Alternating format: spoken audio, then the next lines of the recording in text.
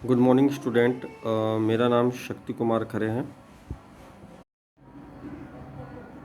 आज हम लोग देखते हैं एमएससी फोर्थ सेमेस्टर में न्यूक्लियर फ्यूजन। ठीक है, तो यहाँ पर हम लोग डिस्कस कर लेते हैं न्यूक्लियर फ्यूजन होता क्या चाहिए ये।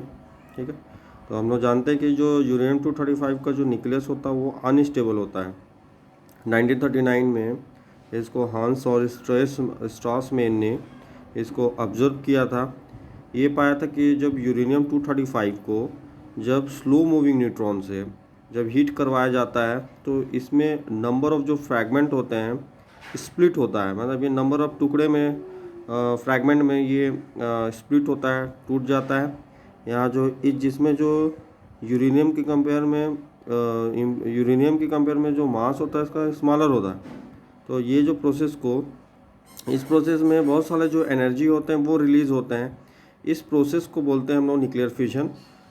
ठीक है, तो ध्यान देने वाली बात है कि यहाँ पर जब हम लोग यूरेनियम 235 को जो कि अनस्टेबल होता है, जब स्लो मूविंग न्यूट्रॉन से हम लोग हीट कराते हैं तो स्प्लिट होता है नंबर ऑफ फ्रैगमेंट में, जिसमें जो स्मॉलर मास होता है यूरेनियम के कंपेयर में। तो इस प्रोसेस में बहुत सारे जो एनर्जी रिलीज़ होता है न्यूक्लियर फ्यूजन कहलाते हैं। ठीक है, देखते हैं हम लोग और आगे। यहाँ पर जो प्रोसेस ऑफ स्प्लिटिंग की बात हो रही है कि जो हेवीएस्ट न्यूक्लियस होता है जो नंबर ऑफ फ्रैगमेंट और स्मॉलर मास में स्प्लिट होते हैं सूटेबल बोmbardment एटॉमिक पार्टिकल, इसको हम लोग न्यूक्लियर फ्यूजन बोलते हैं। ठीक है, तो यहाँ पर साफ यहाँ पर बताया गया है कि यहाँ पर जो हैवी न्यूक्लियस होते हैं जैसे यूरेनियम 235 को जब बम्बार्डमेंट करवाया जाता है स्लो न्यूट्रॉन से, तो यहाँ पर जो स्मॉल फ्रैगमेंट के रूप में फ्रैगमेंट होते हैं स्मॉल मासेस में। ठीक है, इस जो होता है इस प्रोसेस को न्यूक्लियर फ्यूजन बोलते हैं। ये हम लोग जानते हैं कि जो न्यूक्लियर फ्यूजन प्रोसेस में जो एनर्जी जो बहुत सारे जो एनर्जीज में जो एनर्जी का जो अमाउंट होता है रिलीज़ होता है बहुत ज़्यादा मात्रा में होते हैं, फ्यूजन एनर्जी कहलाता है। जैसे देखते हैं कि हम लोग यूरेनियम 235 को स्लो मूविंग न्यूट्रॉन से हम लोग बम्बार्डमेंट करवाते हैं तो यूरेनियम 236 बनता है जो कि अनस्टेबल होता है और ब्रेकअप होता है कई में। देख सकते हैं हम लोग कई डिफरेंट वे में स्मॉलर फ्रैगमेंट में ये टूटते हैं। इसको हम लोग नीचे दिया गया हुआ है। इस रिएक्शन से देखते हैं हम लोग यूरेनियम 235 को स्लो न्यूट्रॉन से जब ये हिट होता है बम्बार्डमेंट होता है तो अनस्टेबल यूरेनियम 236 बनता है। साथ साथ में इनके जो छोटे छोटे जो स्मॉल फ्रैगमेंट के रूप में ये टूटते हैं, जैसे बेरियम, क्रिप्टन 3 न्यूट्रॉन, फिर जिनॉन, स्ट्रोशियम 2 न्यूट्रॉन, फिर ये जो है सीजियम, फिर रूबेडियम 90 प्लस 2 न्यूट्रॉन। यहाँ पर देखते हैं हम लोग यूरेनियम 235 का जो स्प्लिटिंग होता है ये क्या होता है। जैसे यूरेनियम 235 को न्यूट्रॉन से बम्बार्डमेंट कराते हैं यूरेनियम 236 बनता है जो कि अनस्टेबल होता है। ये बाद में छोटे छोटे फ्रैगमेंट में ये स्प्लिट होता है, बेरियम, क्रिप्टन और बहुत सारे जो एनर्जीज में रिलीज़ होते हैं, न्यूट्रॉन भी इसमें रिलीज़ होता है इसमें। तो न्यूक्लियर फ्यूजन के दौरान में हम लोग देख सकते हैं कि बहुत सारा जो एनर्जी रिलीज़ होता है ये भी देखते हैं। एनर्जी रिलीज़ का क्या कारण है इसको देखते हैं हम लोग, क्या कारण से होता है। ये बहुत इंपॉर्टेंट है एमएससी फोर्थ सेमेस्टर के लिए।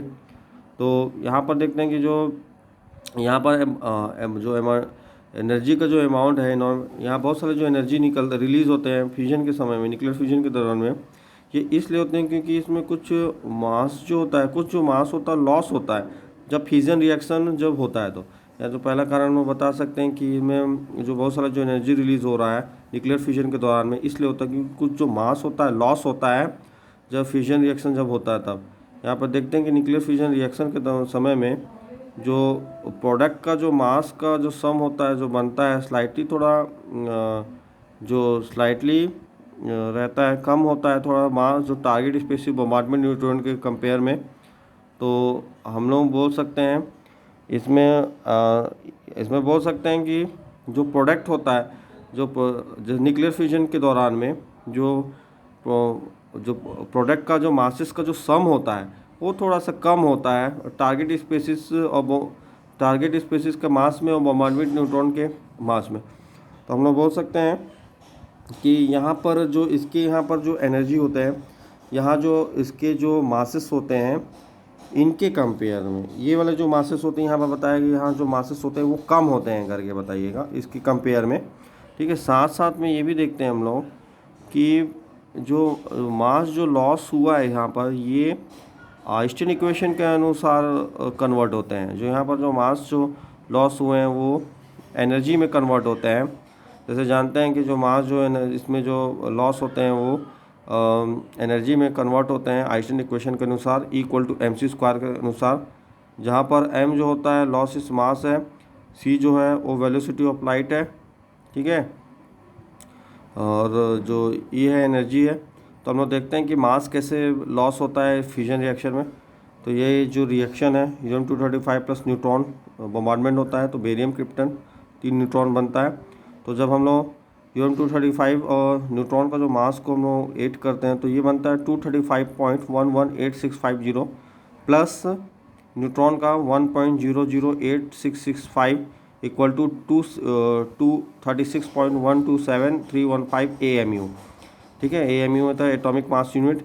यहाँ पर देखते हैं हम लोग जो प्रोडक्ट बन रहा है, जैसे बेरियम का मास हो गया, ठीक है, क्रिप्टन का मास हो गया, न्यूट्रॉन का मास हो गया। तो बेरियम का जो मास होता है 140.09117 प्लस 90 जो मास हो क्रिप्टन का 92.79665 प्लस जो न्यूट्रॉन का जो 3 मास है 3 इंटू 1.008665, तो ये होते हैं 235.913815 AMU। यहाँ पर जो मास का लॉस होता है यहाँ पर हम लोग देख सकते हैं 236, यहाँ पर जो मैंने आपको बताया यूरेनियम 235 का मास और न्यूट्रॉन का मास 235.12315 होता है, जो कि जब जो प्रोडक्ट का जो मासेस हो गया है माइनस 235.913815 AMU करते हैं तो यहाँ पर निकलता है हम लोग का 0.2135 AMU। इस जो मास को जो लॉस्ट होता है इसको बोलते हैं मास डिफेक्ट बोलते हैं। ठीक है, यहाँ पर ध्यान देने की बात है कि यहाँ मास डिफेक्ट का कॉन्सेप्ट आता है कि ये मास डिफेक्ट क्या है। तो यहाँ पर बता सकते हैं कि जो मास का जो लॉसेस होता है, यहाँ पर जो मास का जो लॉसेस होता है ये एनर्जी में कन्वर्ट होता है आइंस्टीन इक्वेशन के अनुसार, इक्वल टू mc स्क्वायर, जहाँ पर इक्वल टू एनर्जी रिलीज है, m जो है वो सब्सटेंस का मास है, c है लाइट का वेलोसिटी है। तो यहाँ पर देख सकते हैं कि जो फ्यूजन एनर्जी है जो न्यूक्लियर रिएक्शन में जो रिलीज़ होता है नॉर्मली वेरी लार्ज होता है, फ्यूजन एनर्जी होता है। ठीक है, जो एनर्जी निकले हम लोग देख सकते हैं कि जो एनर्जी जो रिलीज़ होते हैं न्यूक्लियर रिएक्शन में, फ्यूजन एनर्जी जो रिलीज़ होता है न्यूक्लियर रिएक्शन बहुत ज़्यादा लार्ज होते हैं, और इसको हम लोग मेगा इलेक्ट्रॉन वोल्ट में इसको हम लोग एक्सप्रेस करते हैं यहाँ पर MEV मेगा इलेक्ट्रॉन वोल्ट। हम लोग देखते हैं कि जानते हैं